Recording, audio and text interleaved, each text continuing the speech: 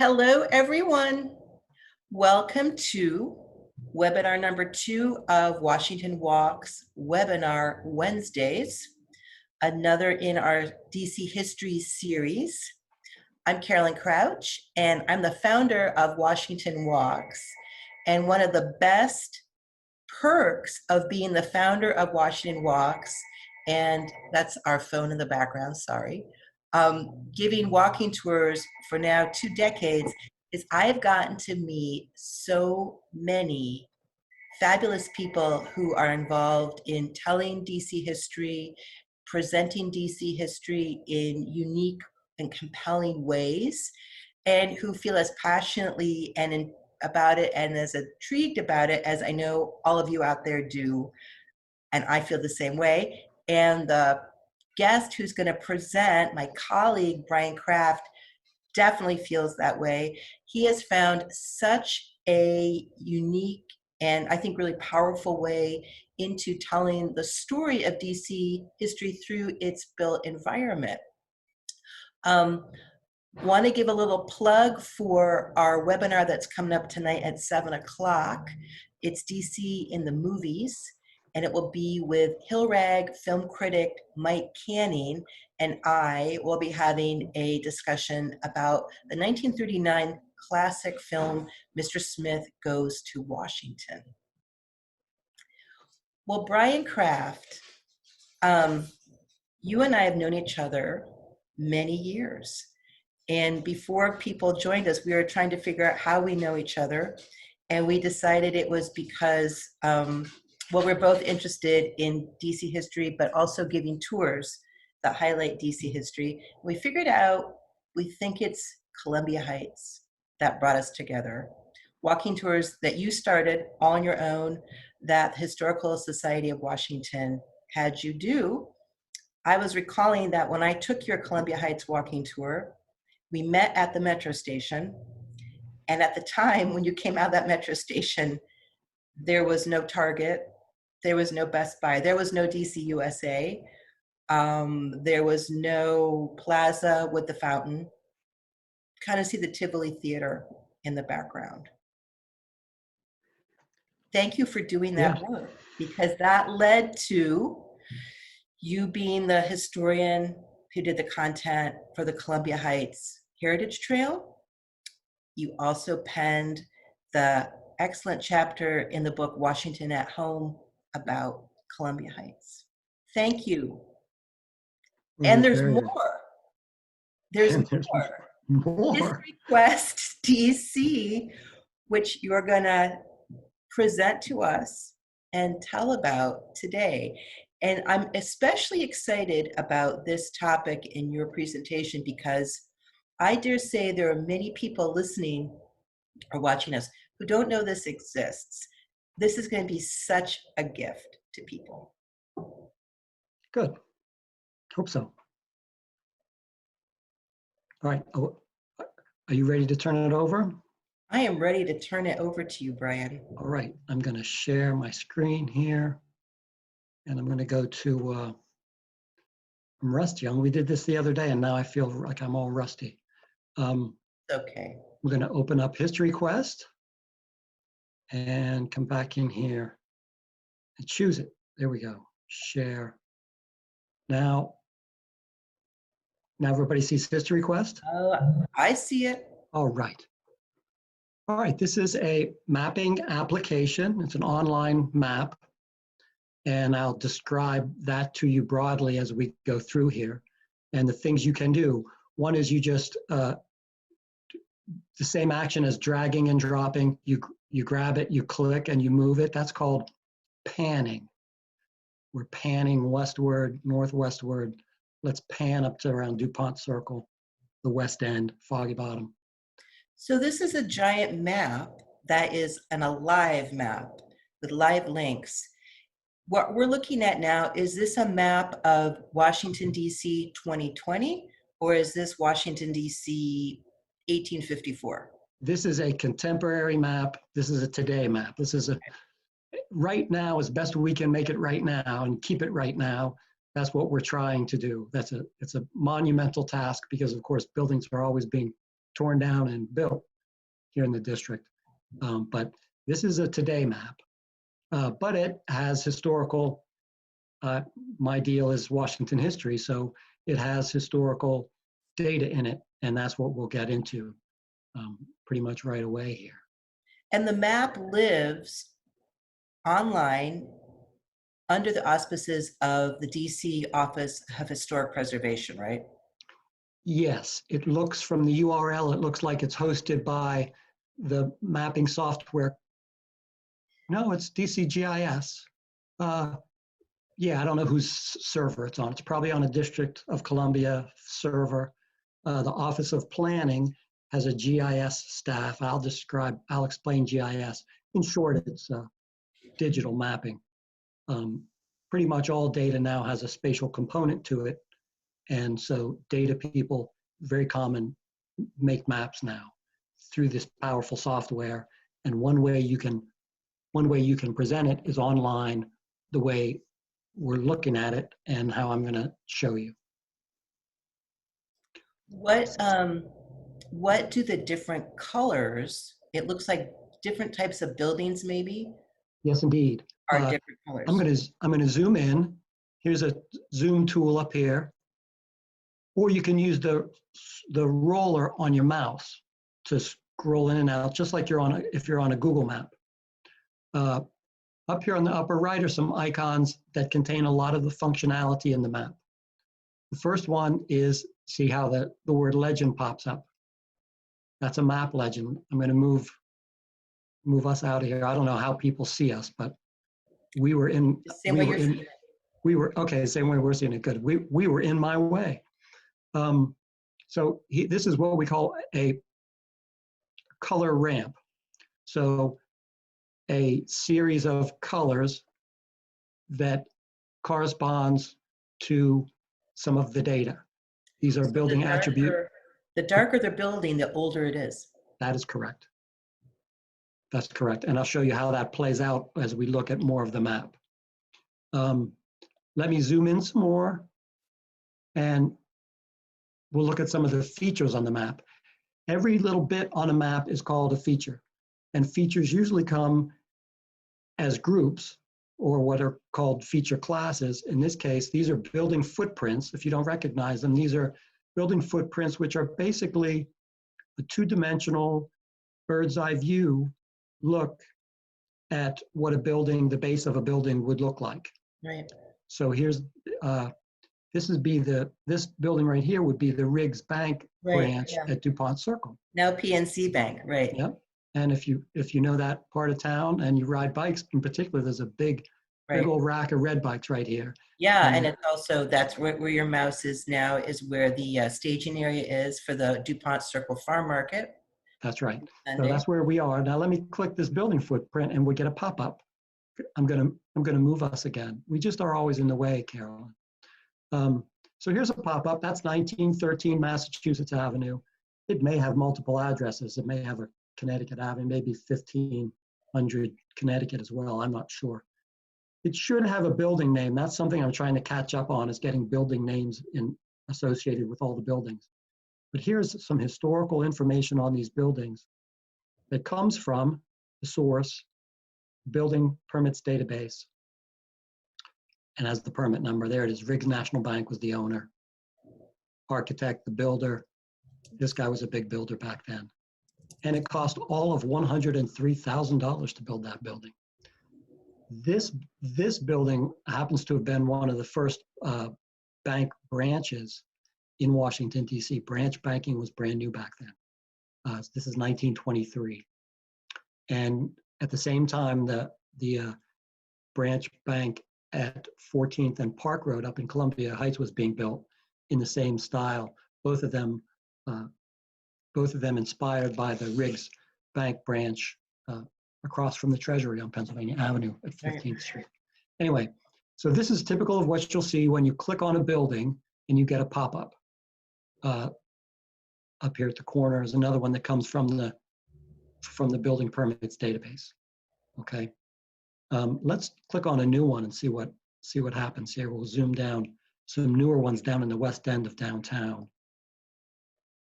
Here's the Pete Marwick building from 2015.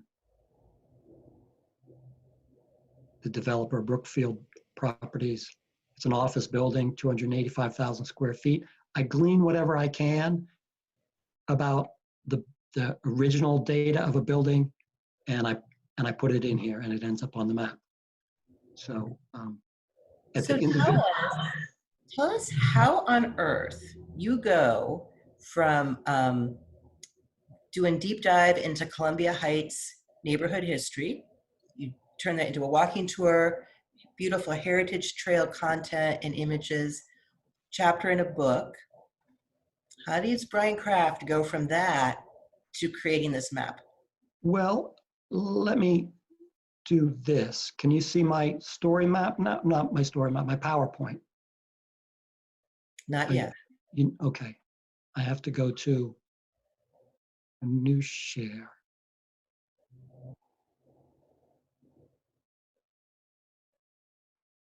There we go.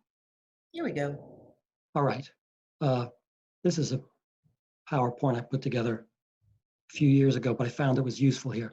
Well, I'm very interested in place, a sense of place, streetscape. And if you're researching in those things in Washington, D.C., you come across the archive of building permits that this city has. And I didn't know it back then, but we are fairly unique in having that archive of building permits. Other jurisdictions don't have such a complete run of permits. We have permits that look like, this is a permit application right here, and we have them archived by the National Archives and microfilm available in various libraries that run from the 1870s right up to almost 1950. And that's a big chunk of the Why are they only from the 1870s? Why are the city's founded in 1791 and people are building buildings then? Why aren't there building permits for those buildings? I don't know that anybody knows definitively when the permitting process started. We know it was going on as early as 1871. And I don't know that the regulations on building prior to that and their enforcement are very clear. But we know permits were issued as early as 1871. They simply weren't archived. Archiving records. Okay, got it. Just, wasn't done. And we're lucky that it started. Can you sometimes happen upon one pre-1871? No. No. I've never seen one from that time period. Okay. I think they were just routinely thrown out. But this is what they look like. This is the application, has all the things that you saw in the pop-up pretty much, dimensions, materials, names of people involved. They're all on here. And yes, they are hard to read. They can be dark, they can be washed out light, they can be blurry, scratchy. They have chicken scratch all around the margin. And basically, I scrolled through microfilm for 3 or more years and typed this in by hand. Because you were doing this as a labor of love, or by chance were you doing this as a contractor for some entity? I did it speculatively for several months, maybe close to a year. And then I gave a sample of my work to the Historic Preservation Office, and they put me under contract to do the rest. Did you know at that time this was going to end up being a map, or did you think you were just going to create a database of these building permits? I had no idea about what I now call the geospatial component of this. Was not in my mind yet. This was what I would call a flat database. That's it, which in itself had a lot of power, which I'll show you, because once it's in a database, you can do things like this. And here's one permit represented right here in the database, a permit 1715 issued on May 9, 1904 to famous and infamous developer builder Harry Wardman for 8 buildings. They look like row houses, but they're actually apartments. It's probably one up, one down.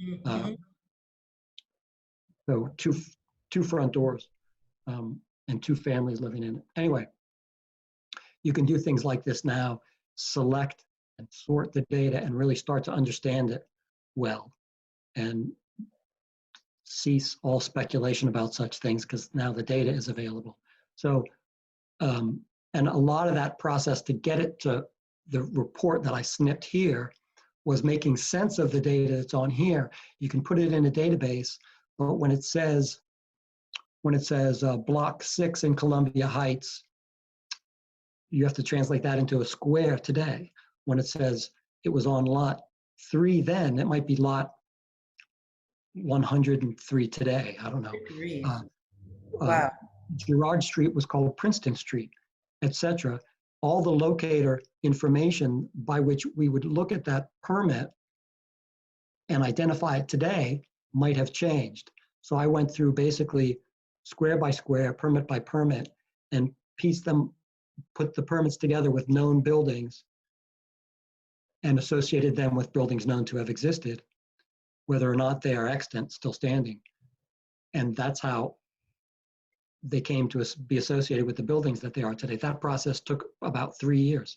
Oh my goodness. So it was the better part of it. This was your full-time endeavor? It was most time. It was at least half time. Wow. And yeah, it was a big. And did you actually, were you doing it, did you actually go to work at the historic preservation offices? No, never. I know most Washington history people by being the guy at the library with his laptop out at the microfilm machine. At MLK? At Washingtoniana, yeah. Okay, yeah. okay. Yeah, so there was a period there when I knew absolutely everybody who was researching Washington history. Wow. And people researching buildings would often be referred to me by the reference librarian, which I got a kick out of. And I was I was like, in soccer they talk about the 12th man. I was the 12th man at the library. I was basically like an unpaid staff member. You were a Washingtoniana celebrity, Brian. Yeah. Yeah. So long process, you get to a database, but while I'm doing this, I start to think, now I know nothing about GIS. GIS is Geographic Information Systems, and it's electronic mapping. I knew nothing about it. But as I'm doing this, it becomes mindless work after a while. Some of it is thoughty and some of it's not very thoughty. And I might be listening to music. But at some point I started to think, wow, this is a lot of data. And it all is associated with point on the ground and it can be mapped, and that would really be awesome. And in my brain, like I'm inventing GIS because I'm just naive. I just don't know. Right. Thinking, how can I map this stuff onto people's computer screens? And I'm talking to people about it, and some guy says very helpfully, there's a thing called GIS. I ran right out and bought a handbook with a trial subscription to this same software I use today, and I learned GIS. That was 2005. And from that point on, prior to that time, every Washington historical resource to me looked like data. And now all Washington historical resources to me look like maps. I see it and I think, wow, this would be great to map. And I'll show you a lot of what I've done in that regard. I think there was a Penn State episode or chapter in this technological. Oh, I got my undergraduate, right? My undergraduate degree is from Penn State. I'm a Pennsylvanian by birth. But in 2008, I spent much of my effort that year getting a post-baccalaureate certificate online in GIS from Penn State. Yeah. So I have 1 year of postgraduate work in GIS. Wow. And a certificate to prove it. So yes, I'm official. I'm official, whatever that is. So I started, I made maps of buildings and I kept throwing them at the Historic Preservation Office. I was under contract with them, but not to make maps. And I gave them free maps for years before they started writing it into the contract. And these are the kind of maps that I started to make. Here's the familiar color ramp here in this one. This is the Parkview neighborhood. They were doing a study of the Parkview neighborhood. The one in the middle is the Eckington neighborhood, and it shows selected developers. So I found the top 5 developers and just color coded them. That's not a color ramp. Those are just colors that represent each different one. There's a bunch of Wardmans up here. He was big into row houses, among other buildings. What's this? What's the big empty white space Oh, that's. that's the campus of the McKinley Tech High Oh, School. right, no, of course, sure. I think that's still called McKinley and used as the technical high school in the district. Um, and on the right is one of our newer historic districts with the buildings. The colors represent their what they call contributing or non-contributing characteristics. The buildings that match, that historically contribute to the historic district are in the light purple there. I think we subsequently changed to like a more of a navy. I'm often bad at choosing So colors. for But folks, and the, some people, this is the Historic Preservation Office has this as Meridian Hill Historic District. yes, That big green space, some folks know it as Meridian Hill Park, but yeah, also known popularly as, and sometimes officially as Malcolm X Park. yeah, For people who may not be familiar with DC, this historic district is bisected up the middle by 16th Street, which is yep, the street that ends up south of here at the White House. yep,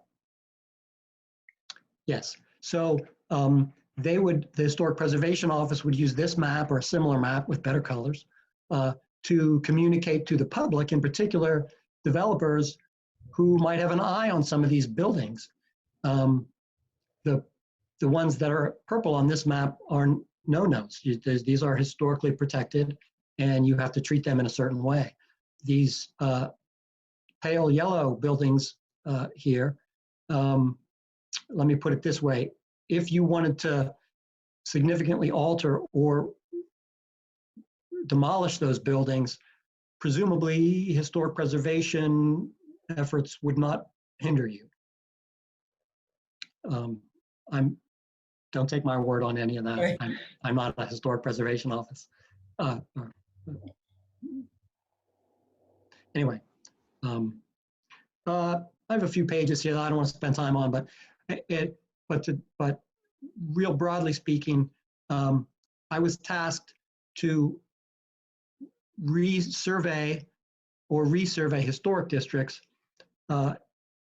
It turns out that GIS, this is what I call, this is a snip from what I call a work map. It's a great place.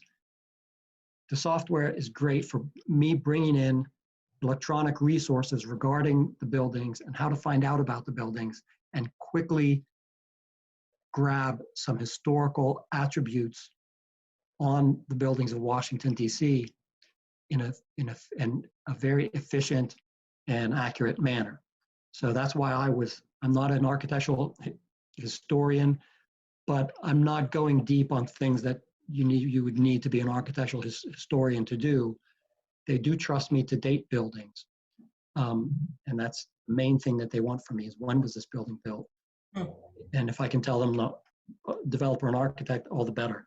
But so for instance, real quickly to go through this is over in Palisades neighborhood. This is MacArthur Boulevard over here. Okay, okay. So I don't have data. I know from I make a work map and I let the data, trying to get the data to speak to me. So I know this building has no historical attributes. Attributes are what we saw in the pop-up, the year and the names, and things like that. This building has none. What's going on there? There it's highlighted. I look and I overlay the subdivision. I'll talk more about those, but I drew subdivisions. And so I can use them on maps. I know it's in the Whitehaven subdivision. I'll take another look for the permit. I don't find it.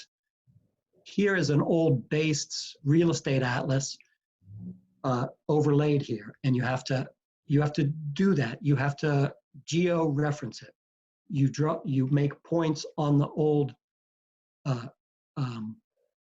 map, and you associate those with points on the current map features, and that old map image slides right into place. And I can look at the old 1903 base map right here on my work map. So that's what I've done.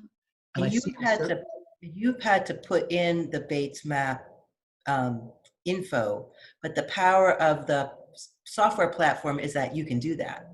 And then you Yes. can have layers of information. Yes. And I see a building footprint in 1903, so I know I can date that at least in 1903. And I didn't see it earlier, so probably if you look at that building now, it's probably dated 1903, and it has a source of the base real estate atlas. And until more work is done on that building, that's what we know about it. And what's really neat about, oh, is that it? That's it, yeah. Oh my gosh, I've been in that house. I've been in that house. Get going. Have from the Palisades house tour, Palisades neighborhood house tour. But what was neat about looking at the Bates map is we see that MacArthur Boulevard was once Conduit Road. Yeah. And that the street this house is on today was Albany Street, which is no longer, it has a different name now. I think doesn't it have a number name? Maybe. I don't think it's Albany Street. It faces on, it's at the corner of, I can't even read this up here, and I can't zoom in. That Ashby. It's at the corner of that's called Ashby now, I think. Yeah. But you see that was Albany and Conduit, yeah. Yes, before I mark it as being 1903, I will look at it on Street View, and I'm looking at this and I'm seeing that's not, it looks, they trust my eye to do these things, which is nice. It allows me to do these things. And I can look at other buildings and see things. I use Google Street View a lot. Here's a new building, and I look back and I see an older building, so I know something changed there. Oh wow, tear down. It's a tear down, maybe. Yeah, it's a tear down. Well, what's interesting, maybe a renovation. Remember the last walk that you and I did? And they did that here. They didn't tear the building down. They kept a little bit of the foundation, and they got around getting a raise permit, and they did it as a repair, but they basically took the old building out. I'm going to do a quick ad for, boy, I hope we're done with Corona time by the Friday after Thanksgiving, because we will repeat the great wilderness hike that Brian did last Friday after Thanksgiving, last Black Friday, where a feature of it was so egregious it was hilarious example of a homeowner developer who got away with getting rid of most of their house except for like 3 square feet, and they didn't have to call it a tear down. Yeah. So this is a lot of how I do my work now. I see some symbols up here that tell me there was a raise permit and a new building permit. So I look more closely at it. There it is. Some weed trees have been growing up for a quarter century there. I look at it back on my map. I can look at what this is called an orthophoto. So this is done from an airplane, and I don't need to geo-reference this. I just bring it into my map and it's there. The city, DC, has great GIS resources. And I see one orthophoto, it's just been completely demolished. So I know there's a new building there. That's definitive proof. So these are a lot of the tools that I use now to determine what the buildings of Washington, D.C. are at this point. We'll go back into HistoryQuest and I'll show you the subdivisions that I drew. Here they all are on a static map. Static meaning not interactive like an online map. And I used original resources from the Office of the Surveyor to draw these. This is what they look like. And this brings us back to HistoryQuest. So let me go back to HistoryQuest and show you the rest of it. And all right, we're back in HistoryQuest. And back up here where the icons are, where you have a lot of the map's functionality in the upper right here. I'm gonna close the pop-up. And here's the layer list. Here's all the different layers. A layer is a collection of map features. So for instance, the layer where all the buildings is right here, historic data on DC buildings. I can turn that right off. I know. Now what's left is the base map. This feature, my heart is racing with geek excitement knowing I could check on one of those boxes and interact with this and visually sort of experience DC history that way. This is when Washington Walks tour guides get together, we get really animated when we talk about and experience things like this, because apart from being fascinating, it's extremely helpful when you're talking about a particular place in DC. Good. Well, I love nerds. Yeah, that's DC, why we're friends, Brian. DC geeks. So different layers that you can look at on here, just to kind of orient, is the L'Enfant plan boundary, and you can do this over here on the right. And when you're in here, if you want to get deep in here and really use it, look at all these different markings, and they all represent different functionality that's built in. So I'm going to click here, and the first option is zoom to. So I've zoomed to see the entire old city. Now the building's repainted down here at the bottom, but those are kind of inert. They don't have pop-ups, and it's just kind of a painting of the buildings. I generally turn that off. You can see the wards. You can see each individual square. I'm not going to turn that on actually, but so the subdivisions are what they call at the Office of the Surveyor, and what I've taken to calling developer subdivisions. Anytime you divide a piece of land, you have a piece of land that's already been divided. It's not the whole earth. It's a piece of land. When you divide that, it's called a subdivision.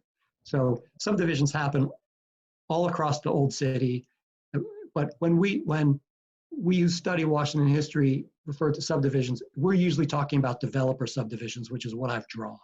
But you might hear that term used in different ways. And I'm thinking the kind of golden age of developer subdivisions starts after the Civil War? Yes. Yeah. Yeah. In particular, here's an old one here, Meridian Hill subdivision, 1867. And generally, it's a business. It's a money-making proposition. Rich guy buys some land, hires a draftsman, a planner, a draftsman.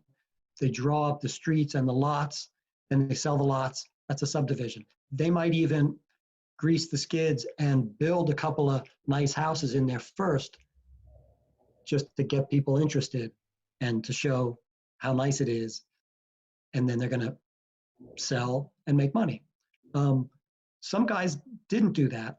Some wealthier Washingtonians, and I believe it's the case, I haven't researched this deeply, but I believe it's the case with Hall and Elvins. I think that should be Hall and Elvins. There was an African-American community up here at the northern point of this subdivision. I can zoom to this subdivision too. Watch this. Oh, zoom to, it's right here. I can zoom right in that way.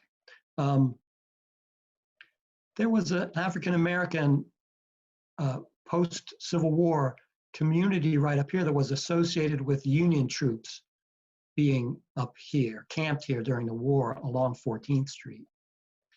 And I think part of their idea was to actually facilitate their residence in Washington, D.C. through this subdivision.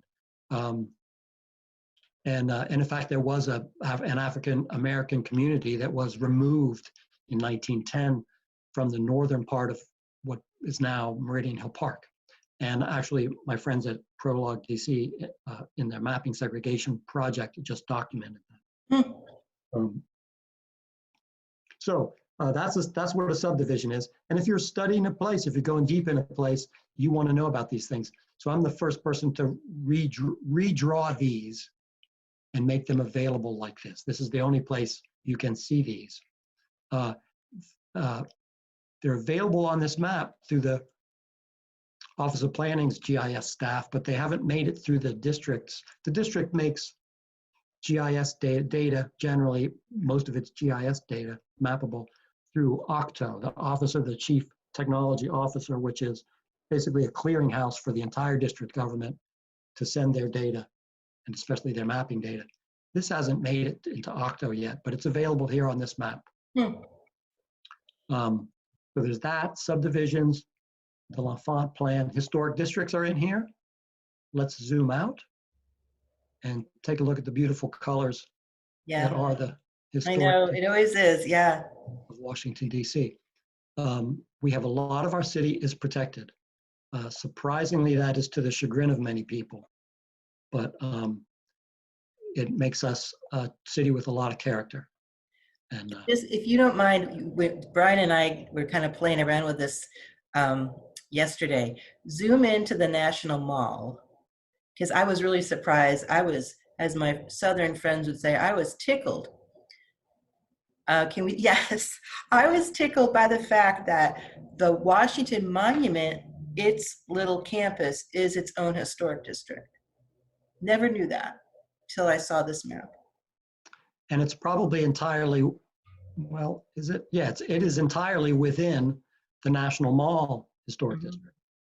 Right, and I would just, I've always assumed that the National Park Service or National Capital region of the Park Service just made National Mall one big historic district, but this map shows us that there's East and West Potomac Park historic districts. Yes. Yes. Sometimes on a pop-up, and this is not intuitive. It wasn't to me. I'm going to move us again. Sometimes on a pop-up, you see 2 of 2. So I clicked in here. I got 1 of 2. Oops. 1 of 3. Here I got 3. So I'm clicking on 3 things that have 3 features that have pop-ups. One is Rock Creek and Potomac Parkway. One is the National Mall. And one is East and West Potomac Parks. So there's some overlap here. And it happens a lot when you're using these interactive maps. Check on your pop-ups, check and make sure that if you don't see what you want, it might be one of several, and you use these arrows to navigate. So that's going on here, and it shows exactly what you're saying, that there's overlap here. Now let me show you one more thing. There are historic landmarks. They are district landmarks and not National Register. And unfortunately, they are devoid of attributes. So all you see is the location and the name. Say that again. Wait a minute. So you're telling me all these purple or magenta dots are landmarks designated by the District of Columbia as opposed to the Department of the Interior? Yes, many of them have been passed on to the federal government, and they are nationally recognized as well. Okay. But we don't know that from these points, unfortunately. Okay. They exist, and the work just hasn't been done. Doing this is a lot of work, and the work has not been done to give them, to attribute them and tell us that. Is that work that you wish you could do? Oh, absolutely. Yeah, and we've talked about it a lot. I mean, we've scoped out so much work, but it's a historic preservation office. They're not, Mayor Bowser's not just like asking them every year how much money they need. She's, right now her big push is public housing, and nobody's going to kick and scream and say no. Don't do public housing. Right. But she's squeezing a lot of agencies for whatever they have. And in the case of the Historic Preservation Office, it's nickels and dimes, but she's turned them upside down and shaking the change out of their pockets. So there's just isn't money to do all these things that we want to do. And that's understandable. But yeah, here they all are. There's a bazillion of them. We used to have, there's 2 ways to put things on one of these online maps. Some of these that I've been showing you, like the wards, they're hosted by Octo. I don't have to do any work. If I'm putting this map together, and I don't control this map. This map is controlled from within the Office of Planning. I make the data that goes into the building footprints, okay? And I made the subdivisions. but pretty much everything else on this map comes out of Octo and is available to anybody that's making an online map. They can pull in that layer and make it part of their map. So I could do that You could because you could make the most of this. Octo data is public domain, and I could decide to make a map. It's all public data. You paid for it in the first place, so they're not hiding it from you. You can use it. So that's what these points are. That's what the historic districts, the wards, most of what's on here, except the buildings, the subdivision, and the last one I'm going to show you, which is new buildings represented by points. These are what you would call proprietary to this map. So I'm going to click on, I'm going to move us again. Carolyn, what is wrong with us? We're always standing in the wrong spot. I'm going to turn everything else off and turn on the new building points. And there you see some pop up right away. Let's see how many there are. Zoom to. It's going to zoom out to the whole district. Wow. This is as of today? No. There's about 1,100 on here. I am now working with about 1,300 that I just haven't submitted yet to them. And what do they represent? They represent building footprints that aren't available yet to us. The building footprints that we're using that Octo issues, those are probably only accurate to about 3.5 years ago. We are overdue for an update. So how do you represent on this map a new building or a building in under construction when there's no footprint to associate the data with and have people understand it? When you say footprint, you mean literally a building? Well, a building represented on the map as a footprint. Okay. Yes. That's what I'm referring to. Because I'm seeing in my neighborhood, Southwest DC, along the waterfront, I think everybody will be familiar with the fact that the wharf development represents a lot of new buildings, and that opened 2 years ago in October. Oh, so in this map, we're not there yet, I don't think. Well, here's some I don't know. Are those yellow? So are those yellow yes. buildings? Yeah, here's new. Okay. Here's new. Here's in Kanto. Okay, yep. Okay. You might not know all these apartment houses by their names. I get it. No, there it is. Yep. The wharf development. So some of these footprints were in place by late 2016. Yes, they were. Right. Okay. And then some of the new development I have represented by points. And here I've just called it the wharf. Right. Because that's phase 2. That's what they're building right now. Phase 2 is going on. Yep. Sure. So I have some of those buildings, new buildings under construction being represented here. And there may be some completed that are there may be buildings completed 2018, 2019 that we don't have building footprints for, and they're represented by these blue points on a map. That was my solution to this unnatural lag time, because you can't just always, it's a big process to come up with building footprints. So you deal with it. And what's neat about the software is when we get a new set of building footprints, when I have a new footprint that has no attributes, I'll ask, do you contain one of these blue points? And if you do, take all those historical attributes, I call them historical, they'll be history soon, and pull them into the building footprint, and then we'll get rid of the blue point. Got it. And in theory, it's an easy solution to having new buildings. Oh, this is interesting down here. You can see some of the old buildings worked in. This is Wheat Row right here, right? Oh my gosh, look at that. Sure enough. Yeah. Let's go over here, Carolyn. What do you call this? What I call the ballpark part of the city? Now I believe we're calling that the Capitol Riverfront. Capitol Riverfront. There you go.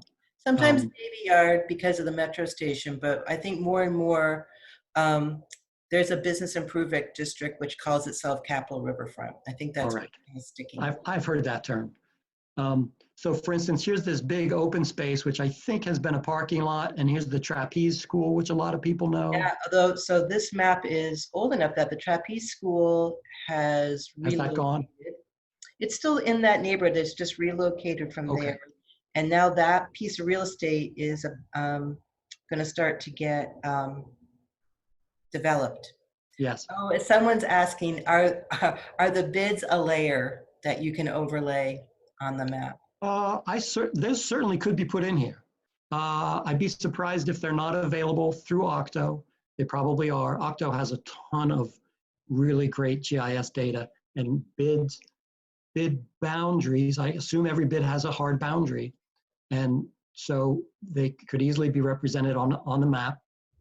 And then if people are curious about that, they wanted to poke around on the district government web presence. They're going to be looking for Office of Chief Technology Officer. Yes. Okay. Yes, and they may have some maps that available with a lot of those things like bids on them. But absolutely, that could go into a map like this. The problem with a map like this is you want to throw the kitchen sink in here so everybody has access to everything, but then it kind of becomes cluttered and unfocused. Yeah. So you really do need to pick and choose what you put in and what you don't put in.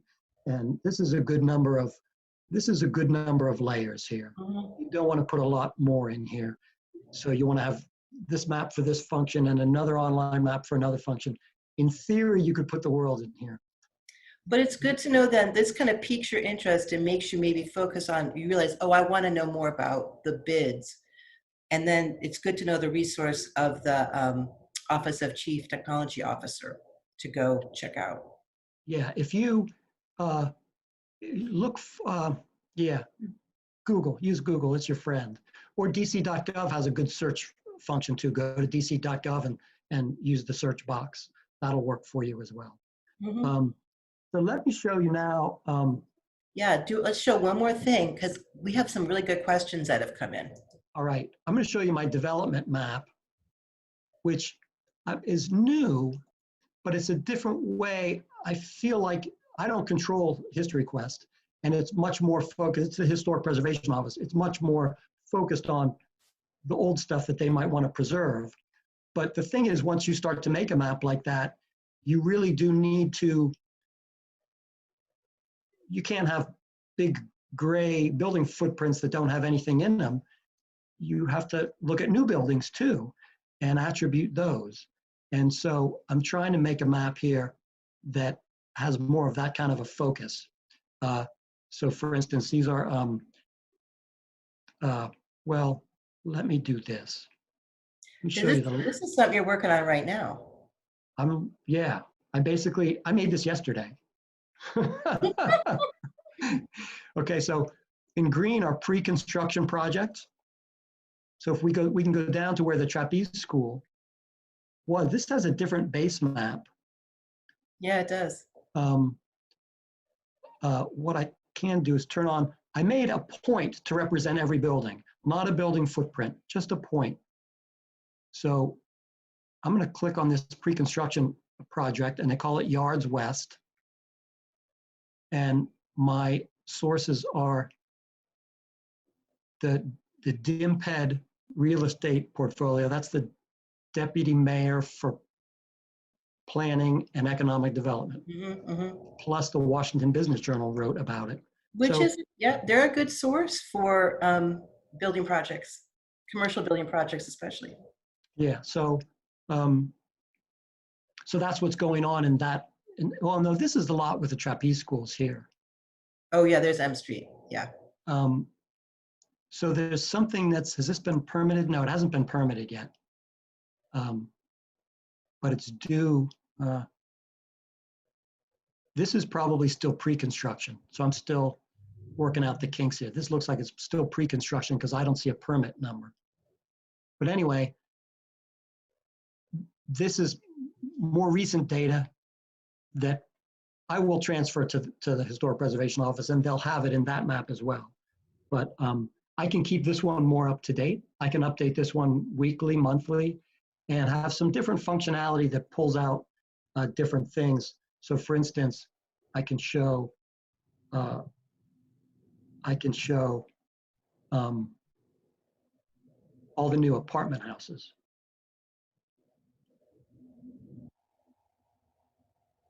Well, this is a city's worth of apartment houses, isn't it? Yeah, I knew this was visually going to be very rich. Yeah, this is a whole city's worth, which I didn't want to do. Anyway, a filter is what I want to do. Purposes apartment. I could do all the apartments. Let's look at new ones, apartments built in 2014. And I'll turn them on. And I'm going to go back and turn off. There's a lot of processing going on here. I'm going to have to abort. Can I ask off. you, can I Sure. put questions to you? Sure. Good. There we go. Here's This all the back when we were looking at, probably when we were seeing the old based map, when a street changes its name, how is that reflected in the maps? Is there an index that shows the old and the new name? No. No, there's no way to do that without old-fashioned research going and looking at old maps. You can do it at home. You can go to the Library of Congress and look at the base real estate atlases for Washington, D.C., and look at, if you have a good spatial mind, look at your neighborhood and look at what the street names were at that time. But History Quest is not intended to be that. History Quest is more of a look at the buildings. We're kind of just keeping track of the buildings and looking at them and having context for the Historic Preservation Office to make quick, effective decisions on preservation. So for instance, at the Historic Preservation Office, if you apply for a raise permit to tear a building down, by law, it goes into the Historic Preservation Office and they have to look at it. Well, what are they looking at? In other jurisdictions, in no other jurisdiction do they have this kind of context that I've helped them have, in which they can go to History Quest, see where that building is, and put it into some context. Immediately find the architect. What else did that architect do? What else was going on at that time? What is around that building now? Can we let this raise permit go through and have this building knocked down? Or do we want to look at preserving this? That's basically, that's the main strength of History Quest and what it's there for. It's fun for us geeks to look at, but that's the function of it. And the street names is going a little bit deep, and you just have to do some more legwork for that. What's the criteria for a building to be considered a historic landmark? What are the criteria? Yeah. I'm probably the wrong person to answer that question, to be honest. I'm not a preservationist. I work for them, and I'm happy to do that. I did, by the way, get all the apartments completed in 2014 up on my screen. Oh, So take a peek when we're done. so we can do those things now. Anyway. I don't know the definitive answer either, but certainly buildings, attributes of buildings. Did something significant happen there? Did someone significant live there? Does it reflect a particular moment in DC's architectural history? Is it, and like Brian said showed us at the very beginning, is it maybe a contributing building to a historic district? I think those are definitely some of the factors that are taken into consideration. Yeah, for sure. The history of that place, including the people in those in that who lived there. Because sometimes, like I'm thinking of a house that we're going to be talking about in a couple weeks in this webinar series. There'll be a house, say in Brookland, that a fairly regular house, but it happens to be that these two women lived there who were trailblazers as lesbian women and activists, and that house becomes historically, that site becomes historically designated, or at least it's nominated to be, because of who lived there. Not so much because architecturally it's so distinctive or an important architect built it. Although those are very, very common reasons also. Yes, those are also very common reasons, yeah. What type of information do you have for buildings prior to 1871? So we don't have building permits, but what kind of information might we have available to us if we want to do some research? What kind of data sources will we have to check? Those are very tough, and I'll give you a few. For one, a lot of the historic districts did have surveys done of them by staffs of architectural historians, and so they've researched some of those buildings. So I do get some information from previous surveys that have been done. I look at the Bosque Map a lot, and I can show you what that looks like. Are we still looking at my screen? Yep. Yeah, the Bosque Map, if folks don't know about that, is it's like it's not the Rosetta Stone. It's the foundational map for understanding Washington D.C. in the certain area of the 19th century. 1858, right? What's that? 1858. 1857 is when it was published for the old city. And there was one published for the whole entire district in 1861. And where does this map live? It really exists. You can look at it online at the Library of Congress, BOSCHKE.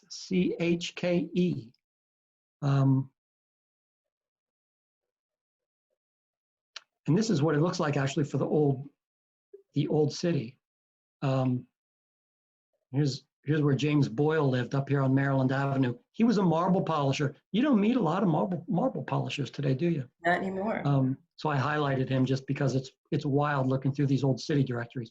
What I did here was I mapped the 1858 city directory on top of the Bosque Map. And so if one of the reasons why reference librarians would bring a patron to me back in the day was because the person couldn't find a permit for their house, and they lived on Capitol Hill, and the tax office would say it was built in 1900 or 1903. So I would take a look at it on Google Street View and say, no, that's older. I would look in the 1870, they have this on microfilm at Washingtoniana. I have it in a database, and I use it as a resource all the time. It's an 1870, published in 1874, a directory of real estate by people called Fates and Pratt. And it basically tells you what an improvement was on a lot that was taxed by the tax office. So, and that improvement is a building. So between that and your eyeballs, if you have an eye for old buildings, you can see okay, if there's something there at that time, that's why you don't see a permit for it, because it was there in existence in September 1873 when they recorded that assessment. So I go to that, and then I go to this map here, the Bosque Map, and see if it's on there. Normally, at what I get paid, I stop there because I can't, it would take another, another day just to look at one building. Right. So and for buildings in the old city, 1857 is a common date, and you'll see the source as the Bosque Map. Yep. And 1873 or 4 is another common date, and you'll see the Fates and Pratt assessment as the resource there. So for pre-permit buildings, those are my two main sources. If you want to go deeper than that, and I do a lot of this in another way that I don't have time to talk about today, you look at the tax assessments, the property tax assessments that are earlier than that tell you, was this lot taxed with an assessment or not? And I've learned a lot about that in the last few months in a smaller project I'm working on. Your colleague, Jerry McCoy, who is a librarian at the Georgetown Branch Library, the Peabody Room, I have a feeling you cross paths with all those months in Washingtoniana. He is providing a 19th century plat map. In fact, he says all of DC's 19th century plat maps are available at dclibrary.org. He has the URL for it. So that's good news for people who want to find maybe where their house is on one of those maps. I think, Yes. right? Yes, if you go to dclibrary.org and then under research, I think, Islandora?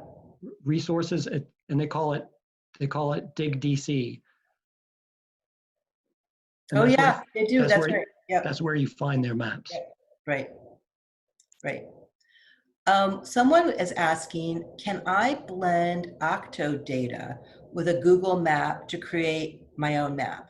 So as an example, if I wanted to create a layer with all the DC park and recreation permitted fields or baseball fields in DC for a youth sports league, is that something that I could do?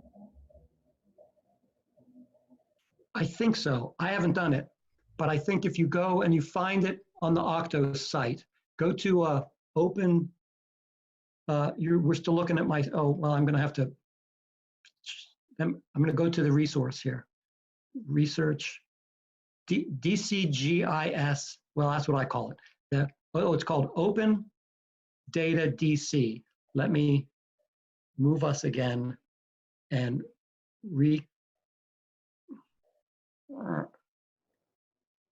there it is, new share, Open Data DC. And then you just type in here what you want to see. You could type in buildings or schools, post offices, whatever. They have everything in here, all kind of infrastructure. And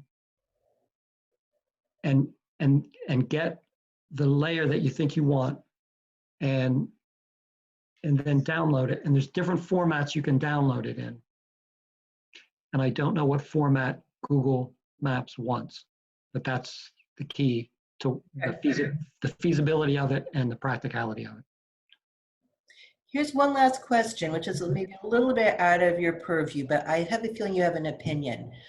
Someone who probably is listening in from New York City, observes that the preservation process there is very political, and even a mayor could potentially sort of stack the panel that would decide historic designation with people that might be favorable to developers or the mayor's agenda. This person wonders, is the DC preservation process like that? Yeah, I certainly can't answer that question with any kind of definitiveness. I don't think so. I've never heard that about DC. I don't really know the people that are part of the Preservation Review Board. The Historic Preservation Office basically works for the Preservation Review Board, and they make recommendations, which I think are generally followed. So my gut feeling is, no, that's not a big dynamic in DC.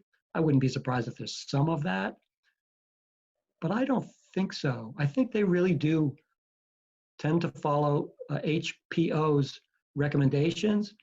And I know a lot of the people at HPO, that's a legit office. When I was first under contract with them, I would get a lot of people saying, "Oh, I'm so sorry, you have a contract with the district government." I'd be like, no, these people are super cool. They're great at their jobs. They're great to work with, and they really do good work. And I always point to the 14th Street Historic District. That area grew and grew, and I think very appropriately. And within a historic district, brand new high-rise glass buildings went up because it needed to. It was good for the city. It brings life to that part of town, and historic preservation is intact there. Yes, it is. And it retains a lot of its character. So I think they do a great job, frankly, overall. Mm-hmm. We can snipe here and there, but I think they're really good, and I've been really happy and privileged to work for them for on and off, under contract for almost 20 years now. Thank you, Brian, so much for this session. Um, there was someone who was interested in 2853 Ontario Road Northwest, and maybe if you will hang on a little longer, maybe Brian can Yeah, if kind of people have talk more, with you about that. But we'll officially conclude here. Let me if people want to hang around and ask more questions, yeah, yeah. But if you need that's to, cool. if you need to hop off now, everyone, feel free. Thank you very much for joining us. Next week, next Wednesday at this time, we're going to go in a completely different direction, but it's going to be equally as fascinating and compelling. On our Embassy Row walking tour, which is one of the original tours that we've been doing it probably close to 17 years, a site on that tour is a very small memorial on Sheridan Circle for a former Chilean diplomat named Orlando Letelier, who was assassinated more or less on that site when his car exploded because someone had put a car bomb in it. We hired earlier a new Washington Walks guide, Mark Bellamy, who is a retired ambassador, spent his career with the Foreign Service. He's going to talk about that quite controversial case. It's the only act of terrorism in America that involved other countries that happened on our soil. And he's also going to talk about what it's like to be a diplomat and how you're kept safe and how that's changed even in the time where he spent his career as a diplomat. So we'll send out an email invite for that probably on Monday, and we're working, hopefully by the end of this week, we're going to have all these webinars listed on our website. Tonight, Mr. Smith goes to Washington at 7 p.m. with Hill Rag film critic Mike Canning. Thanks for coming. Bye-bye. Bye. Thanks. So for anyone who wants to stay, there was someone, Anne Damerel, must live in the Ontario apartment building. So it's 2853 Ontario Street, and she wonders, could we use that building to sort of explore how HistoryQuest works? Yeah. Can you see it? Are we looking at HistoryQuest? I just want to make sure. Okay. Yep. First of all, I have a question. Are you going to do Being There, my favorite DC movie? Oh, we'll see. Right now, chronologically, Being There is not in there, but if Corona time keeps going longer, we'll probably add Being There. Right now, that Being There era is probably going to be covered by broadcast news, and then we're going to end with Lincoln.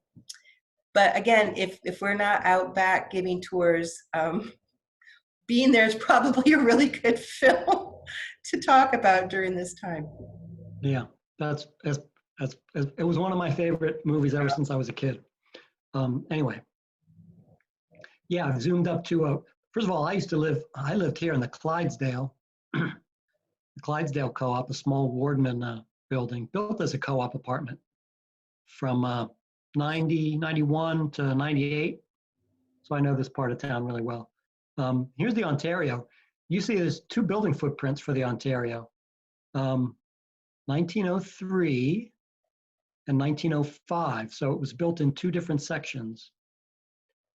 So yeah, it's from the building permits time. It's from that broad. I don't know if I mentioned this.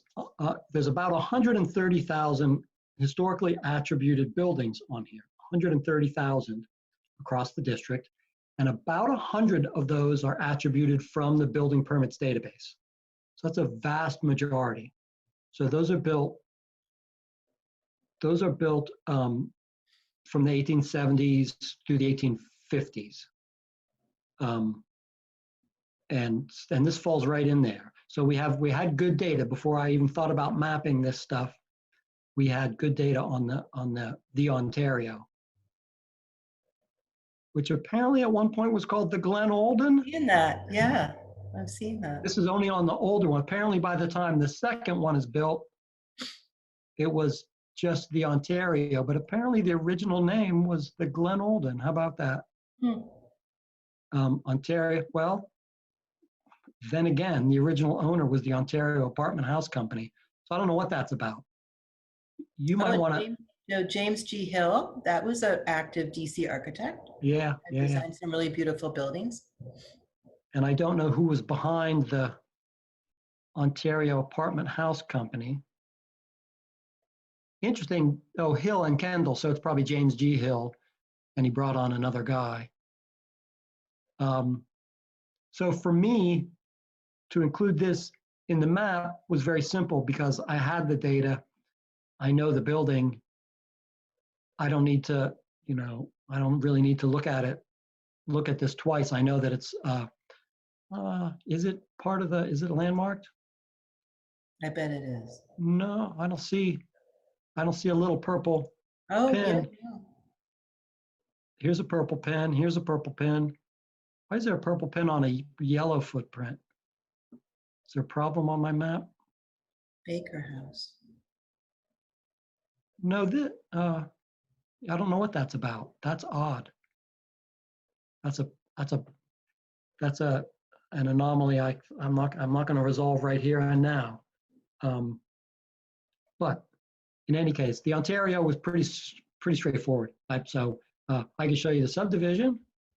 There it is, Lanier Heights subdivision, dates from 1883. Elizabeth Lanier Dunn was her name. She was the owner. So I don't know the story, but that's a start of the story, is the 1883 subdivision. Now, speaking about a story that this mapping program has been used to tell, we didn't get to this in the main session, but for folks who are still with us, I think one of the most compelling ways that this technology has been used is by our colleagues at a organization called Prologue DC, Mara Cherkasky and Sarah Schoenfeld, and sort of Mary Belcher too. And you help them to map segregation in Washington, DC. Talk a little bit about that.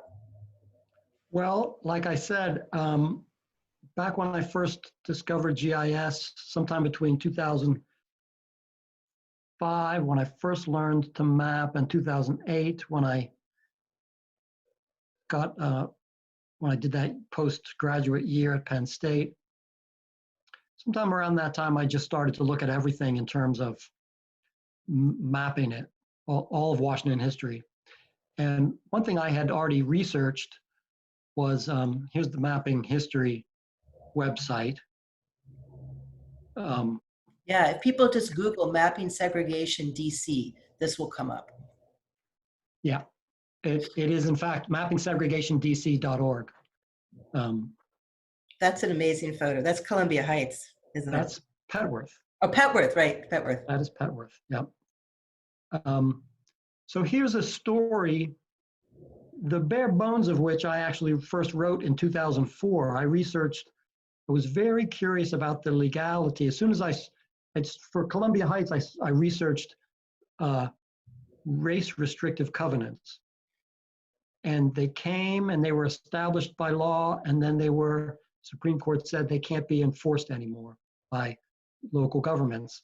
And I was very curious about this. And so I looked at all of the cases that went to the appellate court in the district.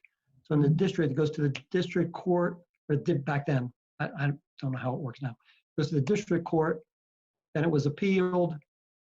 If it was appealed, it went to the appellate court, and then it would go to the Supreme Court. So I looked at all the appellate court cases and wrote, it was a very interesting flow of how they came and then legally they went. And I wrote it up as a draft, and it ended up years later in working with Sarah and Mara.